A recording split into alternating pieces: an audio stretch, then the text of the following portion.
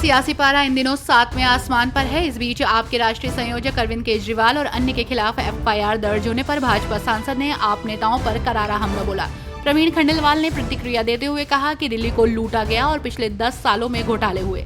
उन्होंने आगे कहा कि आप जो बातें हैं वही काटते हैं। कांग्रेस नेता उदित राज ने फिल्म अभिनेता और बीजेपी नेता मिथुन चक्रवर्ती पर निशाना साधते हुए कहा कि जब आपको फिल्मों से पैसे कमाने थे तब आपको हिंदू मुस्लिम की नफरत नहीं दिखी। बॉलीवुड इंडस्ट्री के तहत अच्छे लोग हैं।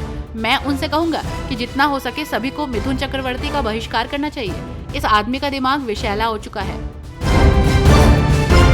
उत्तराखंड सरकार के 3 साल पूरे होने पर देहरादून में सीएम पुष्कर सिंह धामी का भव्य रोड शो निकला। इस दौरान उन्होंने जन समस्याओं के समाधान के लिए लगाए गए बहुउद्देशीय शिविर का भी अवलोकन किया। सीएम ने घोषणा की कि राज्य स्थापना वर्ष के 25 वर्ष पूरे होने पर राज्य के शहरों में देवभूमि सिल्वर जुबली पार्क बनाए जाएंगे। वायनाड से कांग्रेस सांसद प्रियंका गांधी वाड्रा ने केंद्र की मोदी सरकार पर निशाना साधते हुए कहा कि सरकार संसद में चर्चा नहीं होने दे रही।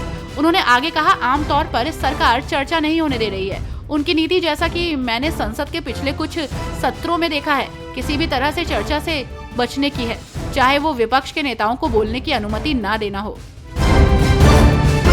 महाराष्ट्र के उप मुख्यमंत्री एकनाथ शिंदे पर कुणाल कामरा की टिप्पणी से उपजे विवाद के बीच शिवसेना यूबीटी सांसद संजय राउत ने कॉमेडियन के लिए विशेष सुरक्षा की मांग की है।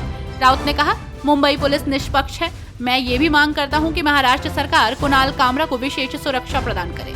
जब कंगना रनौत का हमारे साथ झगड़ा हुआ था तो उनकी सुरक्षा के लिए उन्हें भी विशेष बल प्रदान किया गया था। ट्रंप प्रशासन ने अमेरिकी सरकार के अनुबंधों के तहत काम कर रही फ्रांसीसी कंपनियों को एक आदेश भेजा है, जिसमें उन्हें विविधता, समानता और समावेशन कार्यक्रमों के खिलाफ कार्यकारी आदेश का पालन करने को कहा गया है। कंपनियों से एक प्रश्नावली में अनुपालन की पुष्टि करने को कहा गया। ये कदम यूरोपियन कंपनियों में चिंता का कारण बन सकता है और अमेरिकी यूरोपियन संबंधों को प्रभावित कर सकता है। महाराष्ट्र के उप मुख्यमंत्री एकनाथ शिंदे ने बलिदान मास के समापन पर पुणे में श्री छत्रपति संभाजी महाराज समाधि पर पुष्पांजलि अर्पित की। बलिदान मास, बलिदान का महीना, छत्रपति संभाजी महाराज द्वारा फांसी से पहले सहे गए 40 दिनों की यातनाओं की याद में मनाया जाने वाला 40 दिनों का समय है। डिप्टी सीएम ने दर्शन पूजन के बाद विपक्ष को भी निशाने पर लिया। राजधानी दिल्ली में अब भाजपा की सरकार है और ऐसे में अब भाजपा नेता एक्टिव मोड में नजर आ रहे हैं। इस बीच दिल्ली के विधायक और बीजेपी नेता डॉक्टर अनिल गोयल ने गीता कॉलोनी का निरीक्षण किया। इस दौरान उन्होंने अतिक्रमण और जल निकासी की समस्या का समाधान किया।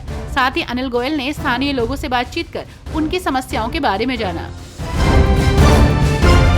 मुंबई की अंधेरी ईस्ट में सभी मीट स्टॉल्स बंद करने की मांग करते हुए शिवसेना नेता संजय निरुपम ने पुलिस को एक निवेदन जारी किया। उन्होंने कहा कि कल से नवरात्रि का पावन त्योहार शुरू हो रहा है। बड़ी संख्या में हिंदू भक्त उपवास रखेंगे और देवी की पूजा करेंगे और वहां नॉनवेज बेचा जा रहा है। इससे हिंदुओं की भावनाएं आहत हो रही हैं। पश्चिम बंगाल की सीएम ममता बनर्जी हाल के दिनों में लंदन पहुंची, जहां उन्होंने एक कार्यक्रम में हिस्सा लिया। बीजेपी के नेता शुभेंदु अधिकारी ने मुख्यमंत्री ममता बनर्जी की मौजूदा ब्रिटेन यात्रा के दौरान उनके द्वारा दिए गए कथित विवादास्पद बयानों को लेकर शुक्रवार को कड़ा ऐतराज जताया है। उन्होंने विदेश मंत्री से सीएम ममता की विदेश यात्राओं पर रोक लगाने की अपील की है।